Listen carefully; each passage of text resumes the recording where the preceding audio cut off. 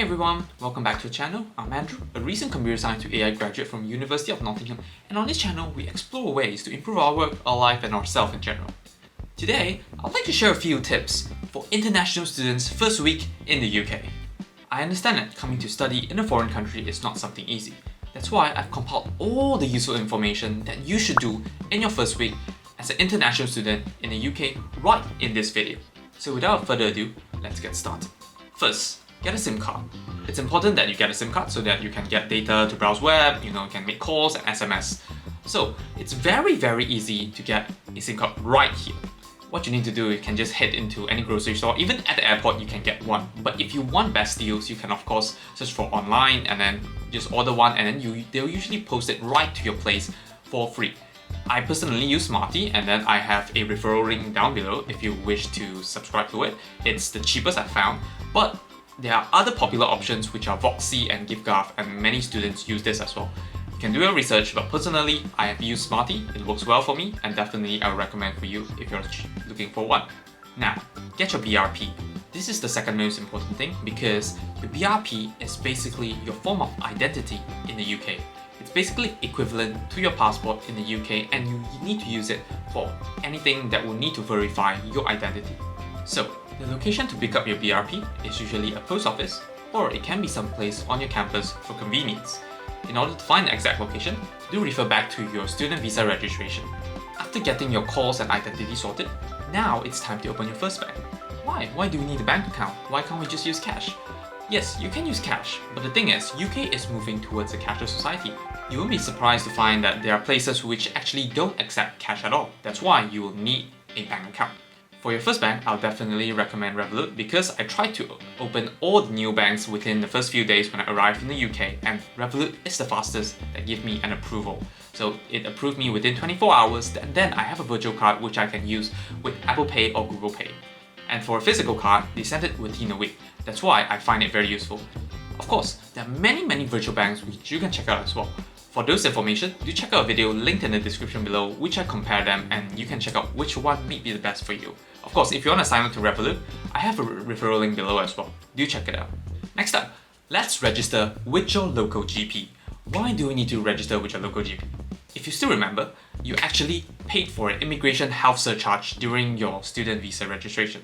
With the immigration health surcharge, you can basically access most NHS services for free. That's why you need to register with a local GP. Usually, your university will send some information in regards to this, so do check out the emails, and of course, you can ask your university for details about this. If you do study on University of Nottingham, it's most likely you need to register with Cribs Healthcare if you're living on campus. After that, it's time to get ready for university. So now you're going back into the university account, university email to be exact, and you can see what has to be done right there. Usually there are three main important things, which are online registration, get a student card, and then access student resources. Of course, these vary by university, so I can't help much. So the best you can do is to check out your email, read them, or of course, you can always ask any university personnel to help you out if you have any doubts on this.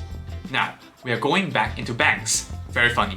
So now, we are going to apply for a traditional bank. So, what's different about virtual and traditional bank? Why can't I just have a virtual bank? Yes, virtual bank are newer banks which sometimes you can't use them as a proof of address. As an international student, sometimes you might need to prove your address to register for certain things. That's why having a traditional bank account helps a lot with that. In order to register a traditional bank account, it's most likely that you need a student letter. That's why you have to register with your university first. After registering, you can just ask for a student letter to verify your student status, and then open a bank account, a traditional bank account. Of course, there are many traditional banks which you can choose from. Most of them are fine. Personally, I went in Santander's, but of course, my friends have great reviews from Lloyds and Barclays as well. It's your preference, and choose one that you like the most. Now, most of the boring stuff are now gone, and it's time for shopping. But before that, it's most likely that you don't have a car, and Uber might be too expensive for you. That's why it's important for you to get to know the public transport within your area. Why do you have to get to know the public transport? The reason is that public transport can be a bit complex depending on your area. Of course, there's definitely bus, sometimes trams, or even metro or tube if you're in London. So Familiarize yourself with them so that you can travel around the city easier. Of course, you can use your contactless card on most of this public transport, but do check out. Sometimes they do provide student pricing with an app or even with a card. So try to get that because you save a lot of money down the line. Now that you know how to go to the city or somewhere for shopping, there's a few places which I'll recommend for you to shop. First being Primark. Primark is a place where you can get value clothing, and it's a good place for you to get your winter jacket, gloves, or some warm clothing because winter is coming. Next up, we have Wilko and Tesco for home and living items. Depending on your home country, you might not have adapted to the cold weather in the UK. So it might be important for you to get a duvet so that you can sleep well at night, and of course, maybe some comfortable pillows. If you are cooking, you will need groceries, and definitely the cheapest grocery will be Lidl. Lidl is a German supermarket which you can get the best value groceries, but of course there are other choices as well. You can go to Tesco, Asda for more selections, Sainsbury's, Morrison's for more expensive selections, and if you want to get the best of the best, perhaps Marks & Spencer or even Waitrose. This might not happen in the first week when you arrive in the UK, but it's important to know that you must join the Freshers Week or Welcoming Week of your university. The Freshers Week or Welcoming Week is the best place for you to get to know what the university have to offer, make new friends, and of course, join any societies and clubs which you are interested in. And that is how you should spend your first week as an international student in the UK. Of course, if you have any further questions, feel free to comment below, or you can contact me via Instagram at Kuan, and I will try to help you as much as possible. If you like this video, do like, share and subscribe, and maybe consider checking out a video suggested by YouTube. I'm not sure what it is, just check it out, I believe it's nice. But yeah, if you do fancy a podcast, do check out the Ink Talks podcast, which is a podcast created by me and my girlfriend Verene, where we discuss about incongruous thoughts in our daily life. So thanks everyone for watching, and hope to see you guys in the next video. Goodbye.